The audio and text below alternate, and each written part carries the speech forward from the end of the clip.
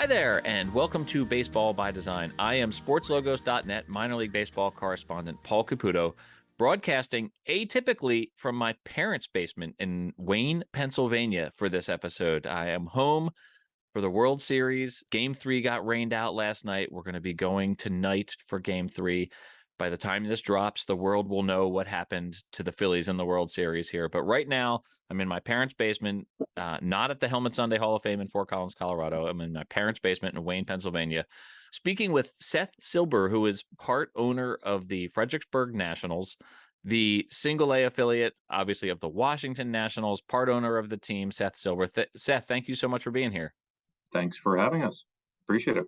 Oh, well, this is an unusual episode, not only because I'm broadcasting live from my parents' basement rather than my own basement, but because I don't typically feature teams who are named for their parent clubs, because I like to tell the stories of the local communities and what the nicknames mean to the local communities. And very often, teams named for their parent clubs don't really have that kind of connection to the local community. But you all, first of all, we'll call you the FredNats, because the Nationals, the FredNats distinguishes you from the Washington Nationals. But the story behind this logo that I think is just so much fun is the George and Mary Washington based brand that you have. That is just, it's so much fun, and it's so distinctive, and really is tied to specifically to Fredericksburg. So with all of that prelude, I'll just jump right in, and I'll ask you the question. Before we get into the George and Mary Washington brands, how much conversation went into the decision to retain the name of the parent club when you moved to Fredericksburg for the 2021 season? How much conversation did you have about whether to go with a different name or to retain the parent club name that you had as the Potomac Nationals prior to moving to Fredericksburg?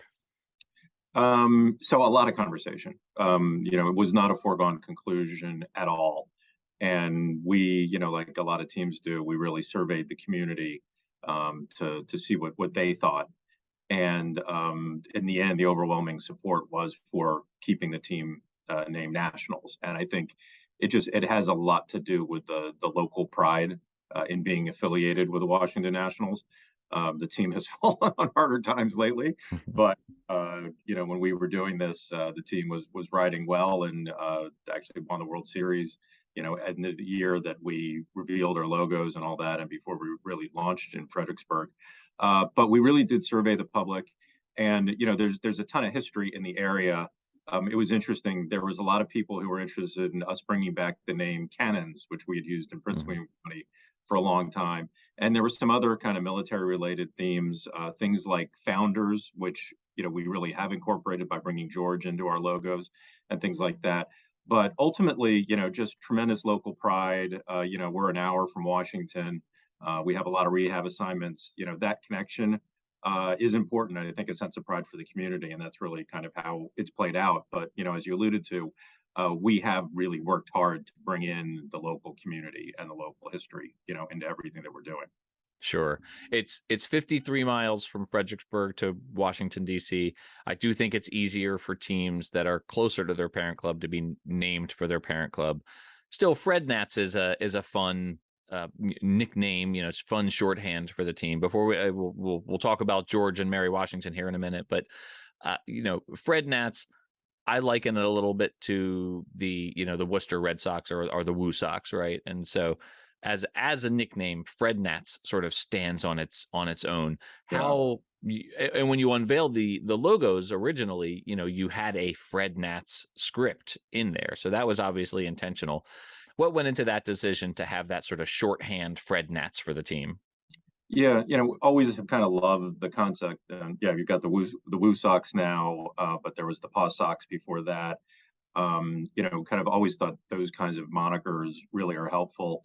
We thought about it, and FredNats came to us very quickly. We had been referred to as the Peanuts up in Prince William. FNats doesn't have a really good sound to it, so that was kind of ruled out immediately. And FredNats really came to us quickly and was in the back of our minds that if we were going to stick with Nationals, that's what we would do. And it again, the local sense of pride for this community, which is just an outstanding community as far as the support that they provide us and the fun they have at our ballpark. to pull these two things together and combine Fredericksburg Nationals into one thing that really kind of flows from the tongue, we love. And I mean, I never refer to us as Nationals. Hmm. I only refer to us as the FredNats, and that's how everybody does refer to us. So that's worked really well, and I think it kind of works quite naturally. So the logos, the initial logo that was unveiled featured George Washington, and I should say that I'm going to speak later on in this episode. I'm going to speak with Dan Simon, who created the logos for you all. You and I have spoken about this before, and I've spoken with Dan before about this branding for an article that I wrote for sportslogos.net when it first came out. And then I will also be speaking with Phillip Greenwalt, who has portrayed George Washington for the National Park Service. So we're going to delve into this history here. But can you tell me what the connection is specifically that George Washington, why it is that a baseball team in Fredericksburg, Virginia would have a George Washington themed logo? Yeah, so I'll back up a little bit first. And when we first came to Fredericksburg to meet with the city to talk about building a ballpark, I Googled Fredericksburg baseball. And Hmm. something that came up was a paper that a local cultural historian had written about the history of baseball in Fredericksburg, which goes all the way back to the 1800s. There were semi-pro teams playing in stadiums in downtown Fredericksburg that far back, and the history continued. So it was immediately clear that the history is rich. And if you go to downtown Fredericksburg, which is this beautiful historic downtown, I mean, the sense of history from the Civil War, from the Revolutionary War, up to today is really incredible. So it had to play a big part in what we're doing. And then you get very quickly to Fredericksburg was the boyhood home of George Washington, and that needed to be incorporated. And have always, especially when you're using the name Nationals, you also want to come up with something that's going to personify something, and Hmm. having an individual as part of that really works. One of the logos that really drew off conceptually was the Teddy logo for the Rough Riders, and which Dan Simon had done as well, and that kind of had always been something that resonated with me, and we wanted to work on. And working with Dan was incredible in the way we put it together. We got the characteristics right. We came up with the baseball bat axe and all that kind of stuff, to tie in. Really, really worked quite well. And we have three mascots at the ballpark. One who's Gus, who's a whole other story, who really is very popular. But we also have a George, and then his mom Mary, which we'll get to. Giant head type mascots, kind of like the racing presidents that the Nationals have. But bringing that history in was just critically important. And George Washington is an important figure in Fredericksburg, and then his mother, who lived there almost his entire life, Mary, who the local university is named after, and so forth. The local hospital system is named after, also plays a huge role. So let's talk about and I want to talk about Gus as well, because I want to delve into Gus. Gus was important enough for you all to put him on a helmet Sunday, and so I want to ask that question about Gus. But let's talk about Mary, because you mentioned you have the George Washington logo, very distinctive illustrative quality of George Washington swinging a baseball bat. The baseball bat has an axe head on the end of it, obviously referencing George Washington chopping down the cherry tree, which happened right there in Fredericksburg. That story, and I assume that's true, right? That's a true story that George Washington actually chopped down that cherry tree. 100% true, no doubt. 100%.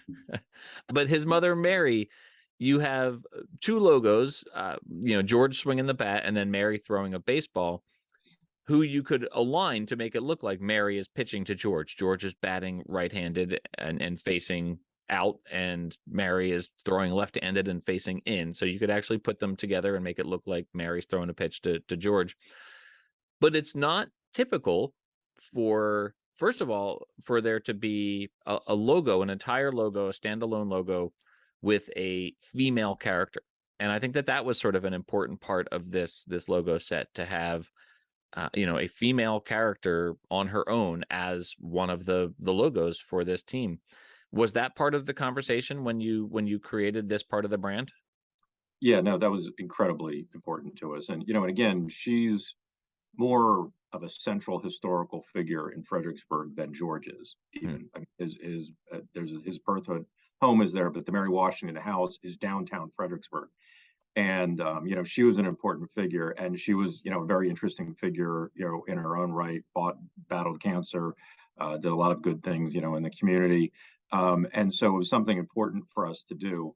I think to us, having a logo of a female historical figure was something we thought was important to do. And we knew it was somewhat unprecedented Hmm. and wanted to do it.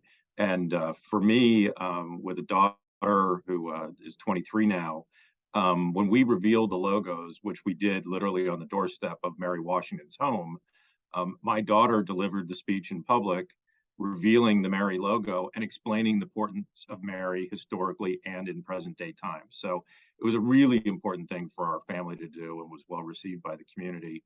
And in doing all this, we really did want to make sure things were historically accurate. There are very few pictures of Mary. And in the pictures that we have, she is a very stern looking woman.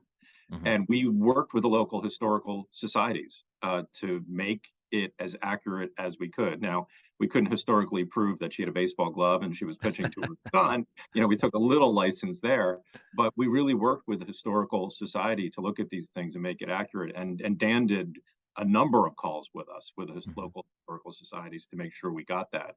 The one other thing that's really important, the other logo we have, we call our cityscape logo, Hmm. which shows some of the important kind of architectural features of downtown Fredericksburg. The river running through it. There's this kind of historic bridge, and then there's three church steeples that line up along one of the main streets in Fredericksburg. And we worked all that, and we spent so much time again with the historical society, with city officials, and with Dan interviewing all these people to get it right. Hmm. And that logo is such an incredible source of pride in the community. People love wearing it, love showing off their city, and that combined with the FredNat script, helped us really tie things together.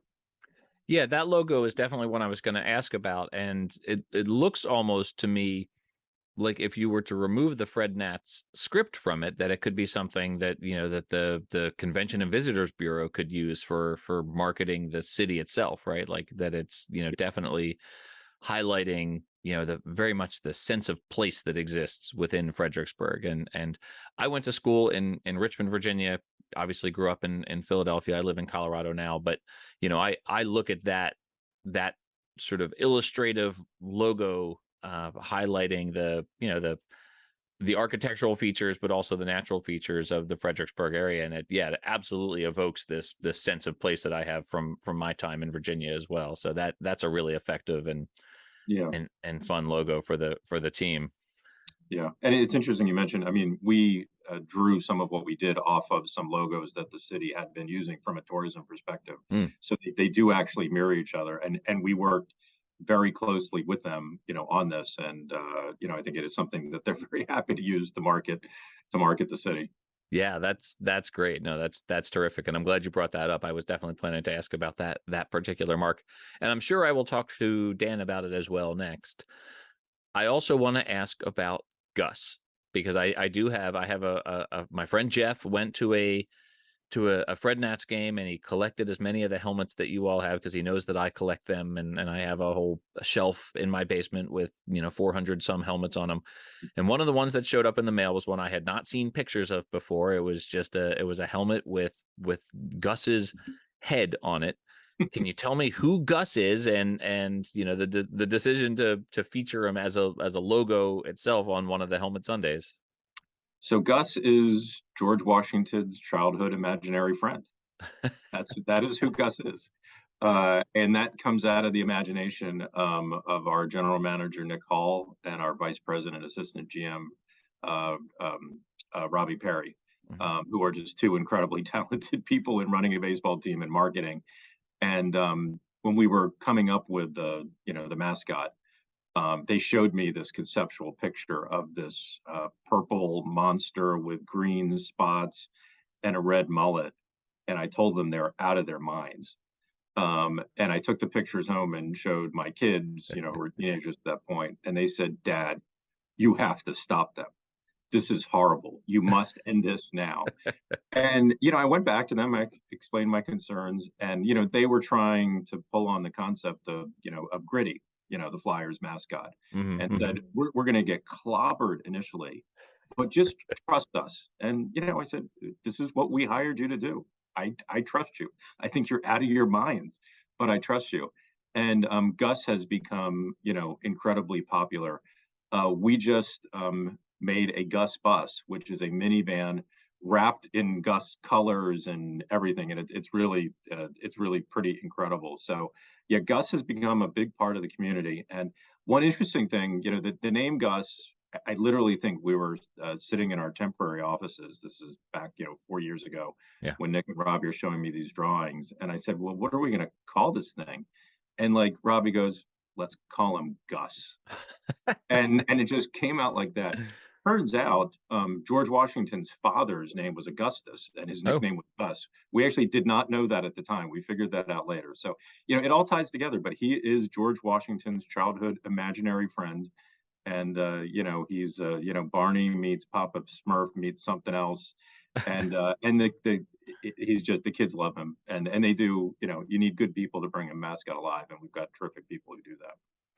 I often ask these questions knowing the answer. I'll just sort of ask the question to sort of set up the conversation. And this is genuinely when I did not know the answer to that question. When I asked who Gus was, and you said it was George Washington's imaginary friend, Yeah, I had no idea that yeah. was coming. So Well, and we have the photographic proof. When George was crossing, the Delaware River, Gus was in the boat. We have pictures of that, and other pictures of Gus hanging out in the background of signing, important documents. So we actually do have the proof that he was there.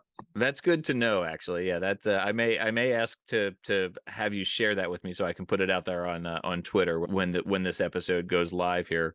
Yeah. I'll leave you with this. I mean, I know that it was sort of a more drawn out process to officially launch the team. Especially with the lost season to COVID. I know that it was this process of leaving the Peanuts and becoming the FredNats. Now that you're finally up and running, you've got your second season fully under your belt, actually on the field there. How has the reception been within the community of Fredericksburg? It's unbelievable. It's absolutely unbelievable. And what's interesting, our family, the family, it's a family business. It's my dad, Mhm. my sister, and I own the team. Yeah. Kids are involved. My brother-in-law is involved. My wife's, everybody's kind of involved. It's a family business, but we're much more DC, Maryland, Northern Virginia focused. I live in Bethesda, Maryland. I'm an attorney. I practice in downtown Washington. And when you do that, you have kind of a Northern Virginia, DC centric mindset. Hmm. And when Fredericksburg reached out to us, when it was clear things weren't going to go forward in Prince William with a new stadium, we were skeptical, about this little town, with Hmm. actually, very modest sized city government and budget. And they blew us away when we got there. And each step of the way, the support of the community was incredible. We did a groundbreaking event, as people usually do 6 months before we actually do the groundbreaking, Hmm. at a convention center in Fredericksburg that we actually run ourselves. And I remember we're all inside, we're setting up. We hadn't realized there's like 1,000 people lined up outside the door to come in and hear about this and to buy our first shirts that didn't have the logo yet, because we didn't have the logo yet, just saying, Fredericksburg baseball and groundbreaking. And those moments, you realize it's right. And then we finally get to opening day, of I keep getting lost with COVID, opening day 21, where we finally Hmm. opened the ballpark, even with restricted attendance, and it was amazing. And then every night at the ballpark is magical. But we had one home playoff game in September, and I keep looking at the video I shot when we won the game at the end, where you've got 4 or 5 thousand screaming fans waving towels in just the most incredible atmosphere. And and that's exciting to me. The more exciting part is just walking around the ballpark. I hadn't stepped foot in Fredericksburg until 4 years ago when we started doing this, Hmm. and we now feel so part of this community, and the support is amazing. We have a season ticket holder event tonight, and I can't wait to see all these people who I haven't seen since early September. Because they feel like, I mean, they are close friends, they feel like family, and it's just an absolutely magical place. And the team name, the logos, it all ties together and creates this really kind of magical environment for us. Fantastic. Seth, thank you so much. I appreciate having this conversation again. It's a pleasure to get to speak to you now twice in a couple of years about this team. I know that people can find the FredNats online fairly easily. Do you have a social media presence that people should go follow? I absolutely do not. All You right. can find me on Facebook without a face. That's about it. So I All right. really, and I'll also just note there's more to come. We have some new material that we're going to be releasing in the upcoming months, which I think people are going to be very excited about. So it's not stopping. Fantastic. That's exciting. I like that teaser very much. I look forward to covering that on sportslogos.net, and perhaps we can get you back on the podcast here to chat about that. In the meantime, everyone can find the FredNats on all the social medias just by searching FredNats. It's real easy. It's just like it sounds. So, Seth, thank you so much. I appreciate it again. Thank you.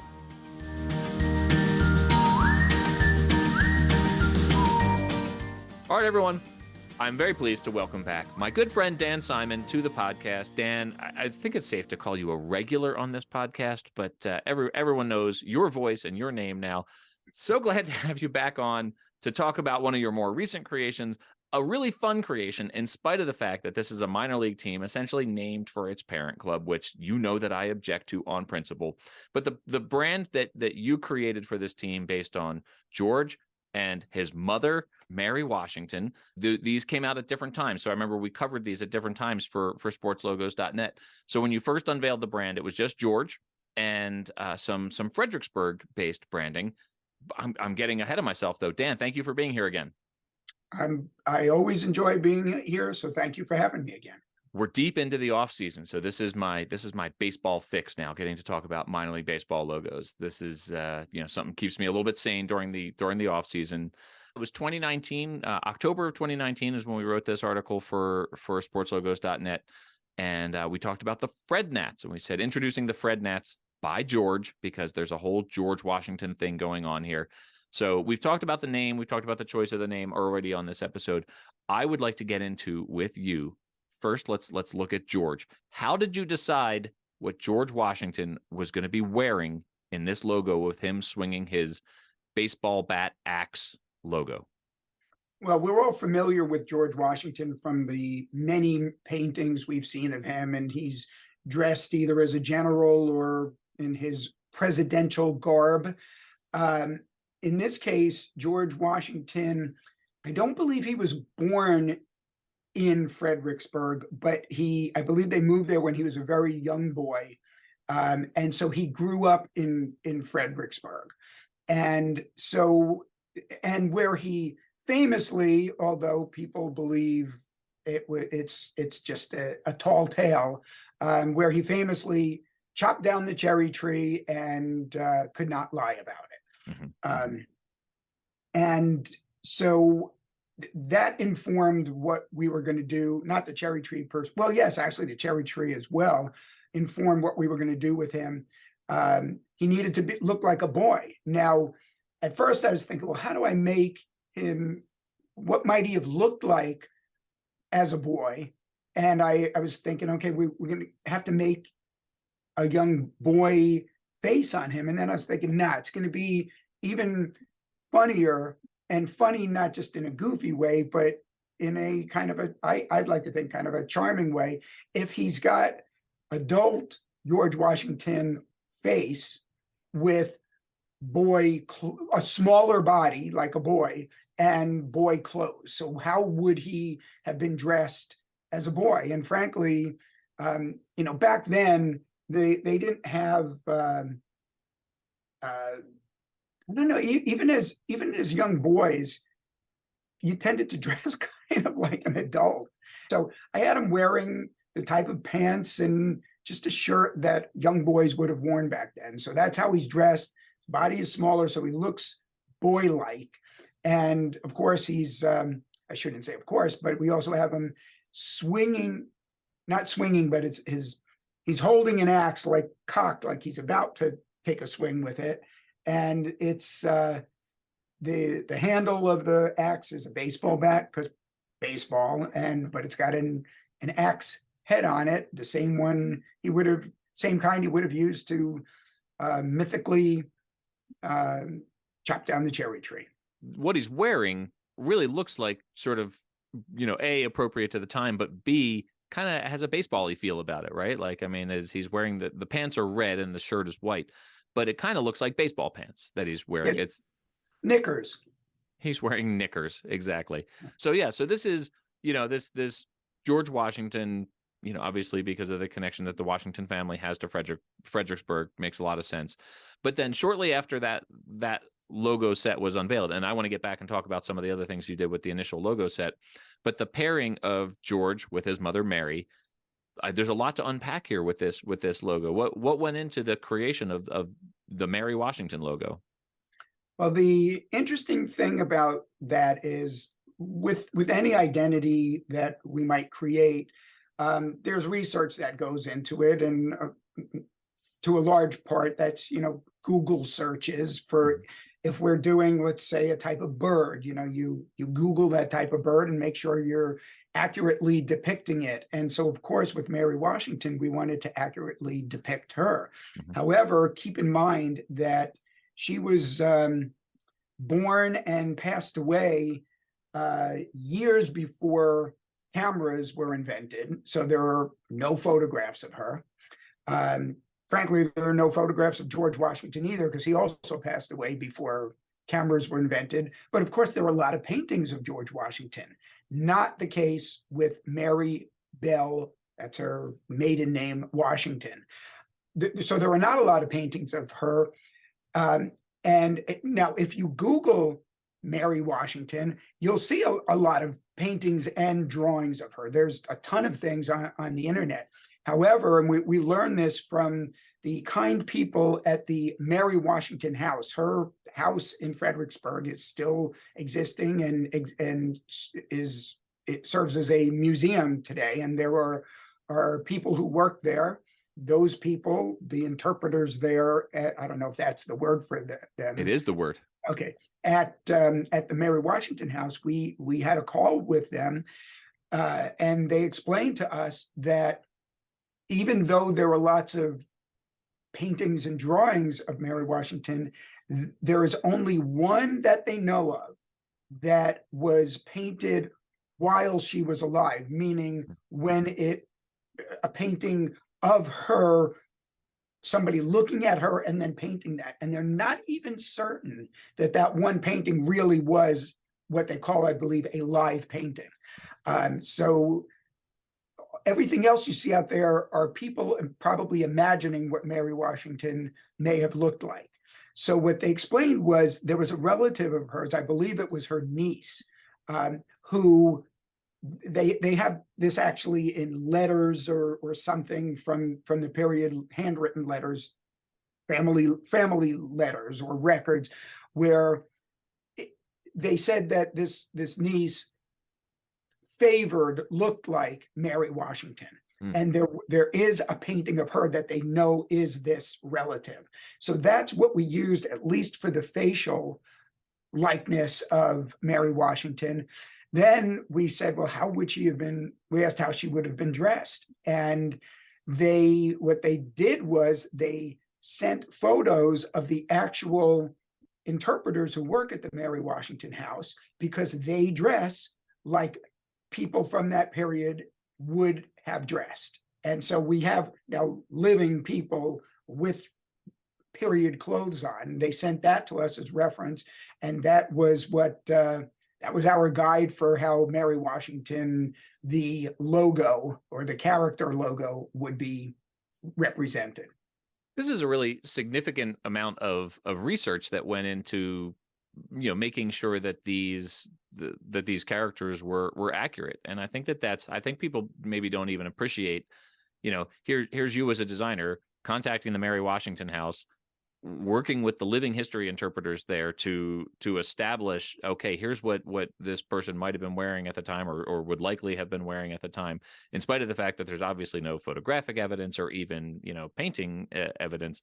I think that's such a cool part of this story that is probably goes underappreciated by consumers of minor league baseball. The amount of research that goes into making sure that these characters, obviously by the time you have crafted a logo out of them, to take all of that, to take that amount of research and boil it down into, a logo that represents these things accurately, I don't think that's fully appreciated by people who just sort of glance at this and say, oh yeah, that's George Washington and his mother in a logo set. So I just think that's a really cool part of this story. And I'm really glad that you shared that. And especially, working with the Mary Washington House, I think that's that's a super cool part of this story. So, yeah. And in addition to it being super cool, it is cool.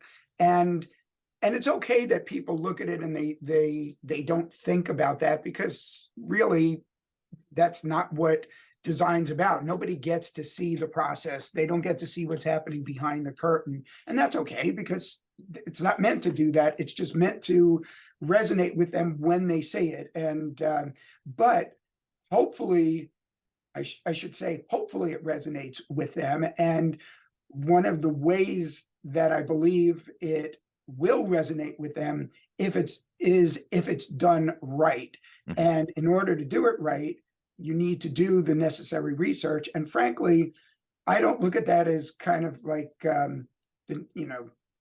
something I have to do. I really enjoy the research. I enjoy doing it, and I enjoy what I learn. Like right now, I have just spoken knowledgeably about Mary Washington. I have to admit, before I did this project, I couldn't have told you what George Washington's mother's name was.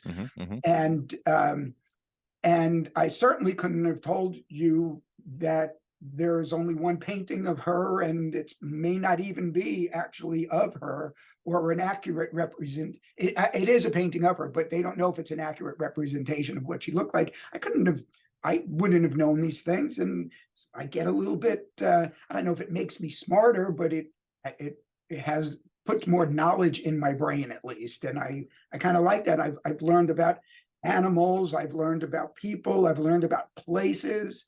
I guess we're going to talk more about the other elements of this identity. And there were things in one of those logos that represents Fredericksburg. I had not previously been to Fredericksburg. I have now, but I know about places and people and things that I would have never known were it not for what I need to do my job and do it well.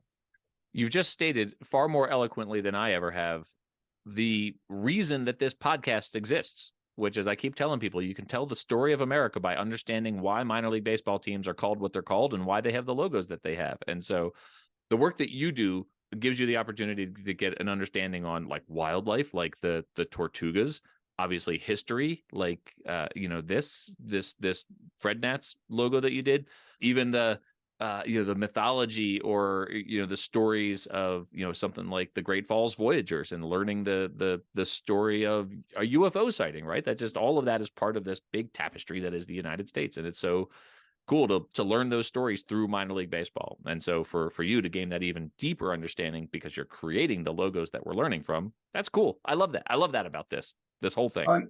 Yeah, and I love how you describe this podcast, about how it tells the story of the United States and actually beyond. You've got the Vancouver Canadians and potentially other teams, but anyway, the story of America through these identities. And there's so many things that make minor league baseball so cool and so fun. This is certainly one of them, because think about Major League Baseball, the Detroit Tigers, for instance, or the Oakland Athletics. There's a story of why the Tigers are named the Tigers, but it probably doesn't go much deeper than it was just a cool name at the time. That's what they kind of name teams, Bulldogs and Eagles, and they make their cool animals and they make for good logos and things like that. But the story, probably in the great majority of cases with names like that, the story is not going to tell you anything about America. It's just going to tell you about what's a cool animal or other type of thing that to make for a name of a team, and potentially for the logos as well. Although back when the Tigers would have been named the Tigers, the only logo I'm sure when they started, they didn't even have logos. Like the Yankees, in early days, teams were called the Red Sox, not because of an idea for a name, but because they were a team, would have just been called the Boston Baseball Club, but they had red stockings, red socks, and that was the only way you could differentiate teams. So there was not a lot of thought that went into names of teams back then. But frankly, in minor league baseball, there years and years ago, there would have been names also like Tigers and, Sure. and Athletics, but there were even names like well,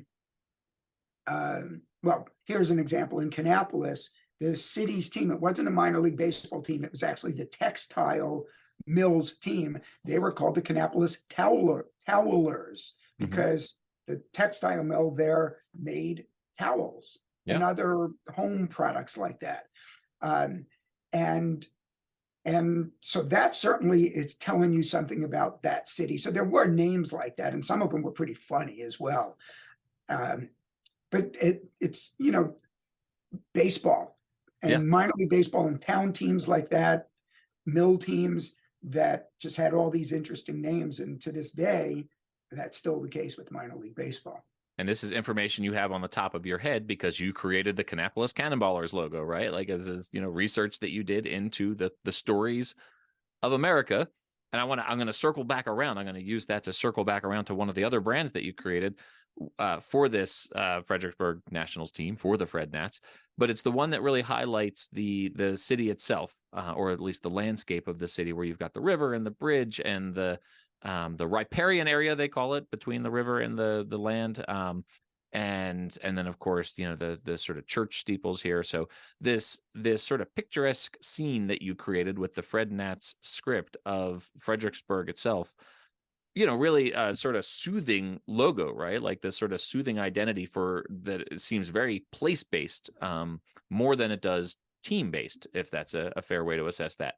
So can you talk about the creation of the sort of Fredericksburg, the Fredericksburg landscape logo that you created? Yeah, that's in the first round creative presentation, I presented a primary logo that had some of the architectural. I think it had some of the steeples in the background behind the character, and we didn't ultimately go that way or the team didn't ultimately choose to go that way with that particular logo, but they liked the idea of a representation of the city, and they said, how can we work that into the system? And one of the neat things about baseball, actually all sports identities, is in days past, really you'd have kind of one logo, a home and or at least with baseball, a cap logo, home and road jersey, and that was pretty much a team identity and a primary logo. Now, team brand identity systems tend to be much more in depth.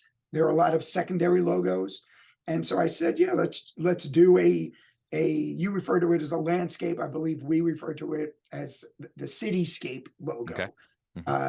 And there is a notable bridge there that spans the river and takes you right into Fredericksburg. And that bridge is in there. And you mentioned the church steeples, and there were 3 steeples that really are noticeable even from a distance, because they're steeples and they stick up high. So they wanted those 3 steeples in there. And then there's also this lush greenery on either side of the river. And we pulled all those elements together and added the FredNats script to it. And there you had a cityscape logo, which has apparently proven to be very popular. People there in Fredericksburg love it's a beautiful city. It's really a beautiful city, very historic. And this captured the beauty of it, and they like that about it. Dan, there's one other thing. This is we should maybe have a sort of content warning here for type nerds. But one of my favorite parts of this conversation that you and I had early on was the mark that you created, where you had to take a script letter F for Fredericksburg and fit it into a baseball, kind of evoking what the Washington Nationals do with their W inside a baseball. Obviously, the letter F fits differently within the baseballs and the arrangement of the seams and everything. And I remember when we talked about this originally for sportslogos.net, you were talking about how difficult that project was, or how much care it took to actually make the letter F look right within a circular baseball with the seams arranged a certain way. And that really appeals to my affinity for type and imagery and logos. So I'm curious to just to hear you tell the story of what it took to make that letter F fit in that baseball. Well, for the primary logo, even though, as I mentioned earlier in this conversation, I had some other ideas for how the primary logo might look. What the team ultimately wanted was, in the same way that they're named after their parent club, they wanted the primary logo to echo or mimic the Washington Nationals primary logo, which is a circular logo with a W in the middle and type around it. So that's what they wanted for their primary logo. And they wanted, in the same way that the Washington Nationals have the script W in the middle, they wanted their script F. Now, as a designer, one of the biggest challenges we have are working with letters and, in turn, sometimes with words. I'm actually working on a project right now where I'm having a bit of a challenge because of the particular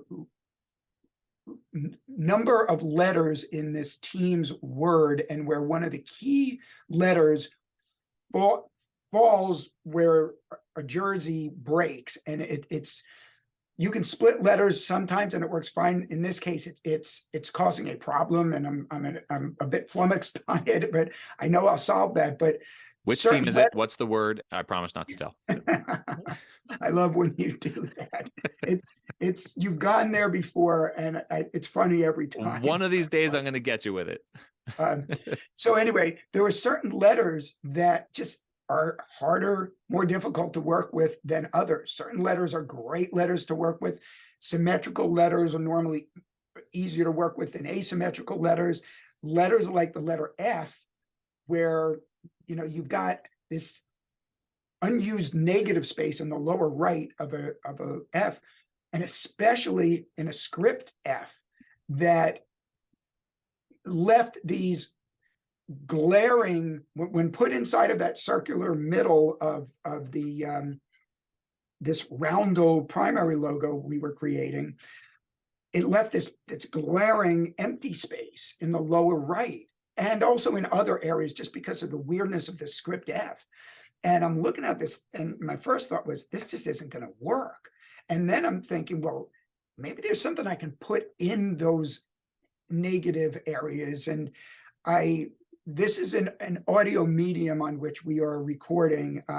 But for those people listening right now, I'm holding up a baseball, and this is the actual baseball that has been sitting right in front of me, right in front of my computer, since the day I caught this at a Louisville Cardinals baseball game. I caught this as foul ball. And I'm looking at it, I'm thinking, okay, maybe I can do baseball laces. But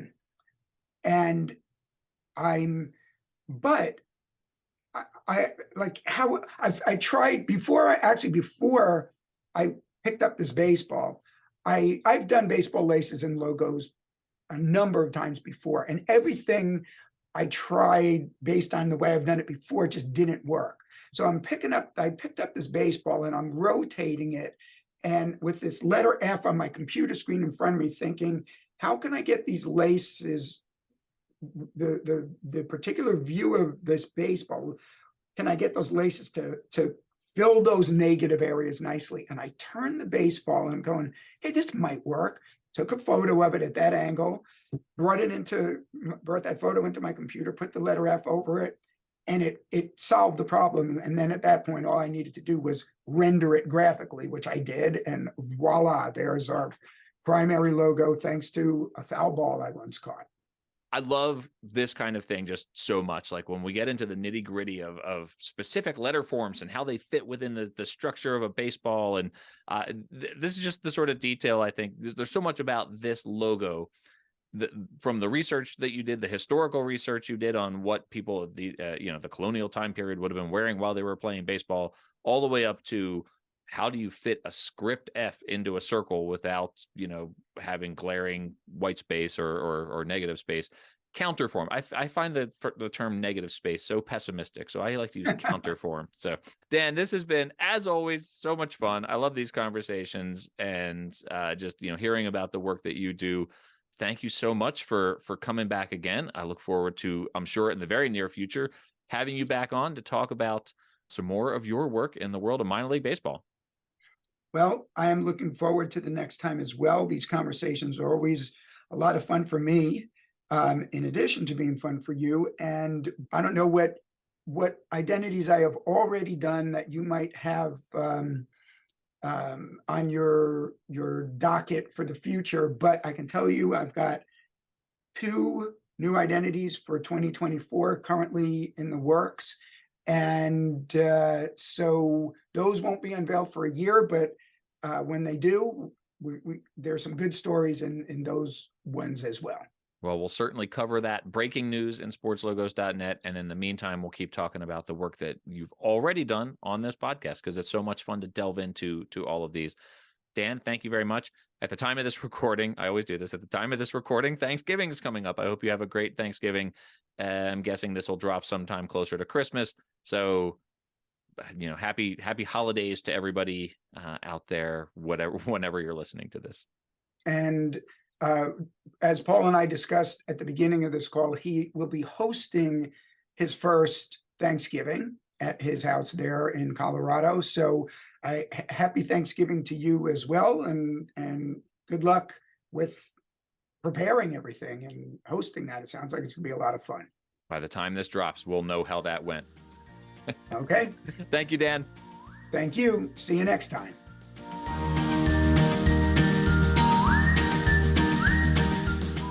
All right, everyone, welcome back. I am very happy right now to have on the podcast my friend, Phillip Greenwalt, who not only is my friend, but is a history interpreter who tells the stories of the history of, in particular, of our country. Phillip has actually played George Washington at a National Park Service site. He has actually done living history as George Washington. So I think Phillip has a particular insight into the FredNats George Washington-based logo. Phillip, thank you so much for being here. Oh, thanks for the invite. It's good to talk history and baseball at the same time. So. There you go. So you and I go way back. Obviously, we were co-writers together on the first media outlet that I ever did, which was Bloggers to be Named Later. Don't go there now. I have no idea what has become of that site, but for I let the URL expire years ago, and then it was picked up by some insidious sources. So do not go to Bloggers to be Named Later. But you're in the Mid-Atlantic region. You live in Maryland now. An Orioles fan. So the Orioles, they're on the upswing right now. They're in a very tough division. It was fun to watch them. It'd be nice to see the American League East get shaken up a little bit. Oh yeah, the evil empire taken down and some of that big money knocked out. So yeah, we can dream, right? So what I really want to talk about is the ratio to crab and to breading in a good crab cake. But I think instead I'm going to ask you about George Washington. You, like I said, you actually have portrayed George Washington at a Revolutionary War site with your current employer, the National Park Service. Can you tell me, first of all, what kind of ball player do you think George Washington would have been? Well, considering that he's 6 inches taller than the average male growing up in the 18th century, you're going to look at I hate to use the word Aaron Judge because I'm not a Yankees fan, but you're going to look at a bigger than life personality. We also do know that he had a cannon for a right arm. He apparently was able, the famous throwing the silver dollar across the Delaware actually originates, they believe, in a rock across the Rappahannock. And years ago, they used to have high school phenoms playing baseball in the local Fredericksburg area try to do the same thing, throw a rock across the Rappahannock to emulate Washington. So maybe an arm like Roberto Clemente out there, the late Roberto Clemente, might be a better comparison. I wonder if too, like either a pitcher, right? Because that height, that's an advantage as a pitcher. But then, an outfielder who with that arm like that, yeah, gunning people down, trying to take the extra base. So this logo, obviously, this team, the Fredericksburg Nationals, they're named for their parent club. That's boring. There should be a constitutional amendment against it. But the reason I'm featuring them on the podcast is this logo set that features George and Mary Washington, George and his mother Mary. That is, it's sort of groundbreaking, right? The logo with Mary Washington. I think, and I have to research this. I got to get my crack squad on this, but I'm pretty sure it's the only female human who serves as a logo for a baseball team. But obviously, the reason the team has George and Mary Washington as their logos is because of the team's connection to, or because of the Washington family's connection to the Fredericksburg area. So can you talk about what is the connection to the Washington family has to the Fredericksburg area? Sure. So Washington is born about 40 miles to the east, out in what's called the Northern Neck of Virginia.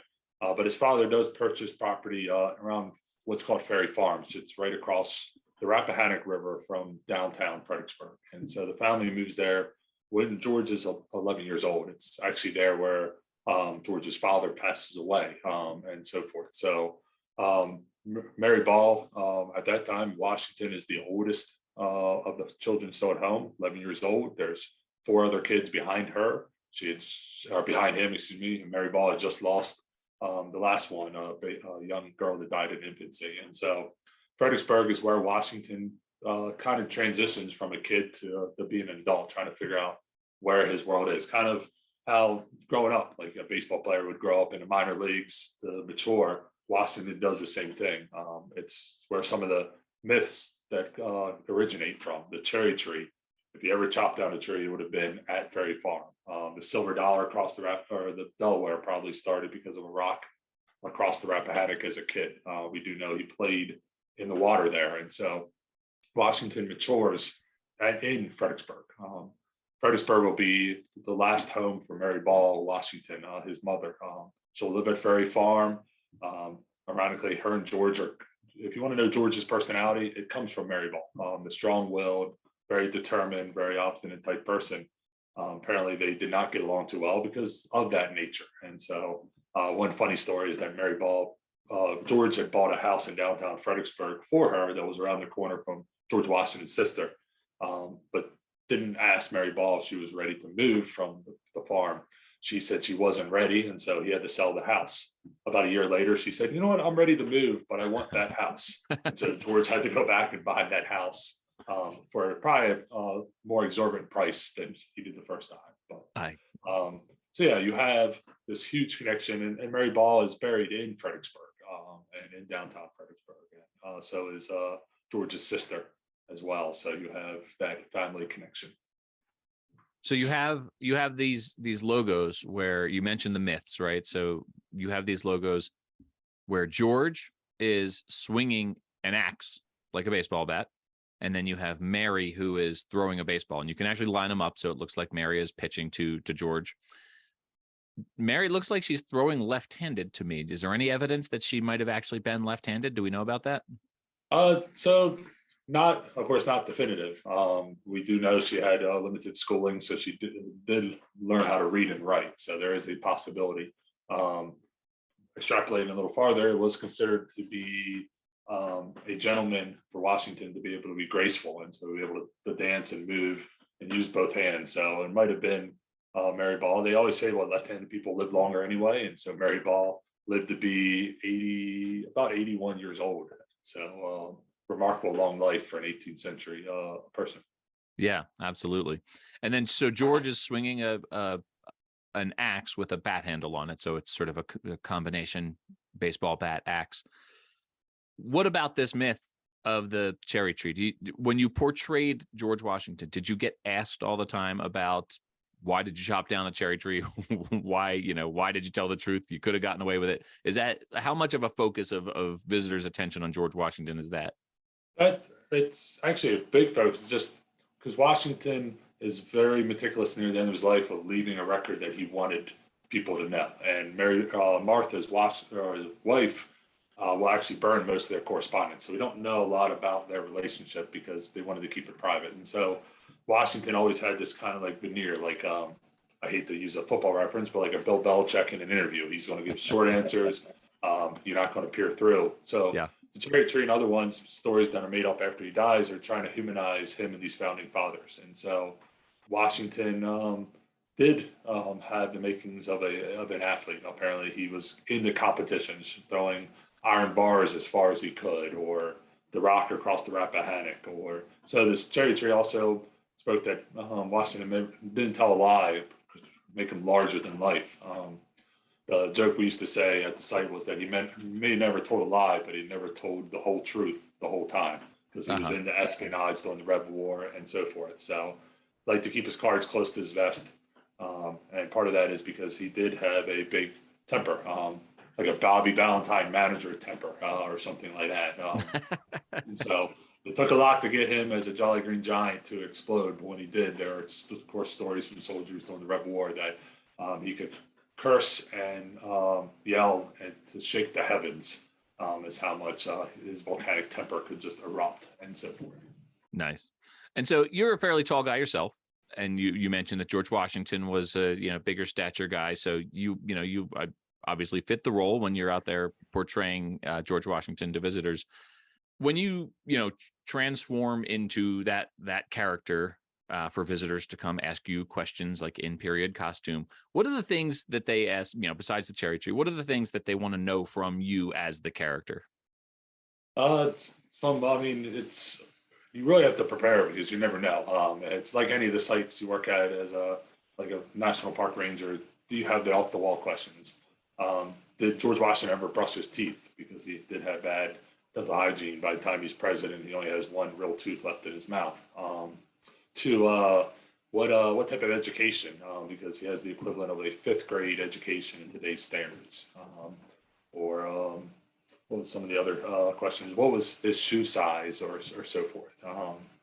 And did he ever crack a smile? And yeah, he did like the joke. He had a sneaky little sense of humor, they would say, that would come out. But he tried to refine himself. So it was always, for me, I'm more of a bubbly personality, more of find the humor in the situation and connect. And I think that's why I'm in the field I am.